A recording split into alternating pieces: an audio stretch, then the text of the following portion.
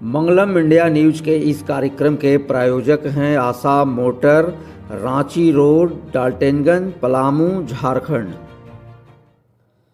दोस्तों नमस्कार, मैं हूं मंगल आनंद और आप देख रहे हैं मंगलम न्यूज इंडिया। दोस्तों आज हम बात कर रहे हैं 26 विधानसभा सीटों वाले मगध प्रमंडल का। 2020 के चुनाव में महागठबंधन को यहां पर अपार सफलता मिली थी और 26 विधानसभा सीटों में से 20 विधानसभा की सीटें महागठबंधन के खाते में गई थी और 6 सीट पूरे प्रमंडल में मात्र भाजपा और जदयू को मिला था। दोस्तों इस बार हालात बहुत अलग है। पिछले चुनावों की तुलना में इस बार मुकाबला बहुत कठिन है। महागठबंधन मगध का अपना सुरक्षित किला बचा पाएगा या नहीं बचा पाएगा ये तो आने वाले समय में ही पता चलेगा। लेकिन इस बार जो चुनाव की जो धमक थी उसमें महागठबंधन और भारतीय जनता पार्टी समर्थित गठबंधन यानी एनडीए अपनी पूरी जोर आजमाइश लगा रही हैं। बड़े बड़े राजनीतिक के जानकारों का भी अनुमान इस बार फेल हो सकता है, क्योंकि इसका कारण है यहाँ पर जन सुराज पार्टी की धमाकेदार एंट्री। जन सुराज पार्टी भले ही पहली बार पूरे बिहार की सभी सीटों पर चुनाव लड़ रही है, लेकिन इसके रणनीतिक कौशल ने सबको अचंभे में डाल दिया है।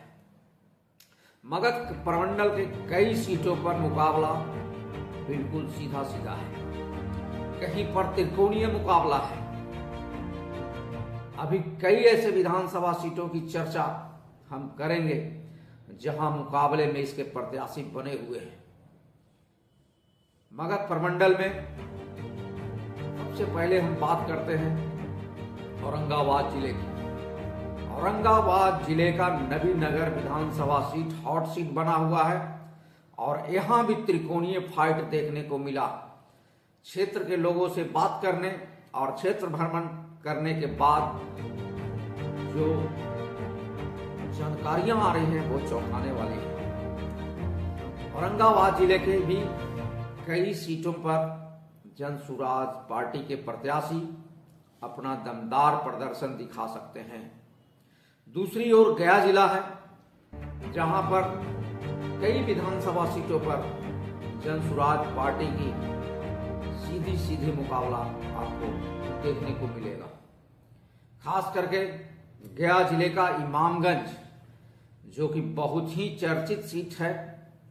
यहां से पहले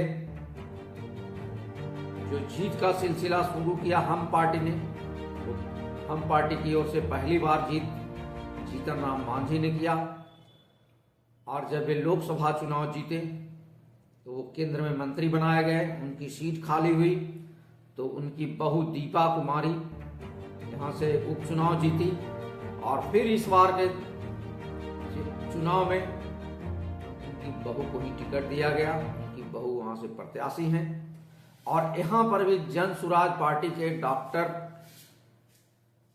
अजीत कुमार प्रत्याशी हैं और उनका भी फाइट इस विधानसभा में आपको देखने को मिलेगा। यहाँ पर मामला पूरी तरह से त्रिकोण में फंसा हुआ है।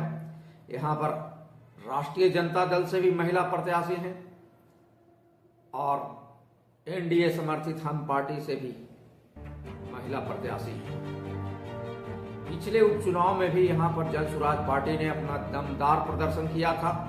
चुनाव भले ही पार्टी हार गई, लेकिन पार्टी का जो जनाधार था इमामगंज विधानसभा सीट पर वो आज भी कायम है।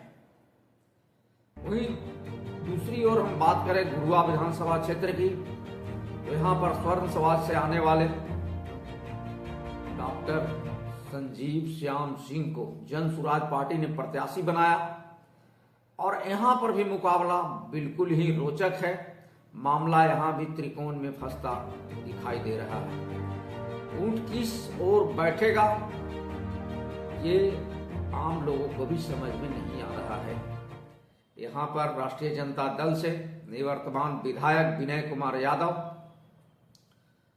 और भारतीय जनता पार्टी से उपेंद्र प्रसाद दांगी और जन स्वराज पार्टी के संजीव श्याम सिंह का मुकाबला, तीनों का यहाँ पर एक जो त्रिकोण बना है वो बहुत ही हैरत अंगेज करेगा। गया शहर में भी त्रिकोणीय मुकाबला जन स्वराज पार्टी के कारण बन गई है। एनडीए के उम्मीदवार डॉक्टर प्रेम कुमार जो पिछले 60 टर्म से लगातार यहाँ पर भाजपा का परचम लहराए हुए हैं और यहाँ पर उनके चिर प्रतिद्वंदी मोहन श्रीवास्तव इंडिया गठबंधन से हैं, तो जन स्वराज पार्टी के प्रत्याशी यहाँ पर वीरेंद्र अग्रवाल हैं।